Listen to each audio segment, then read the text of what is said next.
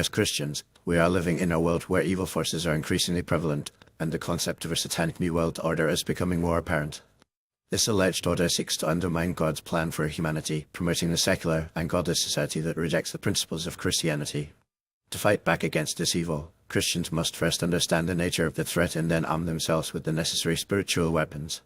The Satanic New World Order is a complex and multifaceted entity that encompasses various aspects of society, including politics, economics, culture, and spirituality. Its primary objective is to establish a one-world government, economy, and religion that are devoid of Christian values and principles. This is achieved through the promotion of secular humanism, moral relativism, and the erosion of traditional family values.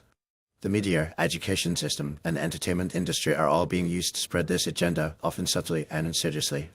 To combat this evil, Christians must first recognize the importance of prayer and spiritual warfare. We are not fighting against flesh and blood, but against principalities and powers in the spiritual realm.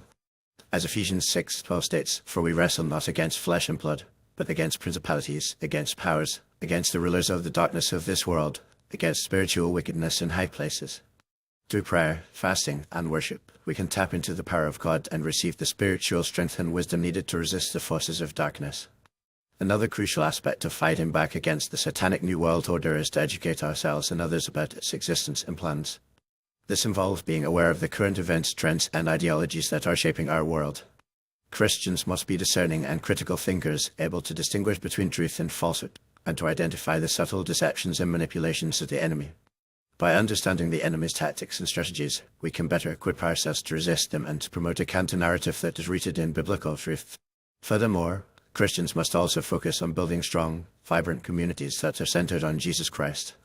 This involves creating alternative systems and structures that are based on biblical principles, such as homeschooling, community-based education, and cooperative economics. By building our own institutions and networks, we can reduce our dependence on the secular world and create a counterculture that reflects the values and principles of the kingdom of God.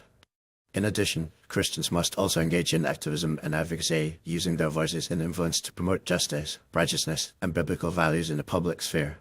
This can involve participating in politics, supporting pro-family and pro-life organizations, and advocating for the rights of persecuted Christians around the world.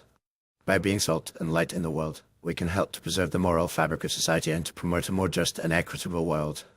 Ultimately, fighting back against the Satanic New World Order requires a deep commitment to Jesus Christ and a willingness to stand against the forces of darkness, even if it means facing persecution and opposition. As Christians, we must be prepared to suffer for our faith, just as the apostles and martyrs of the past did. However, we can take comfort in the fact that God is sovereign and that He will ultimately triumph over the forces of evil. By standing firm in our faith, persevering in prayer and spiritual warfare, and promoting a counter-narrative that is rooted in biblical truth, we can help to bring about a brighter future for ourselves, our children, and the world at large.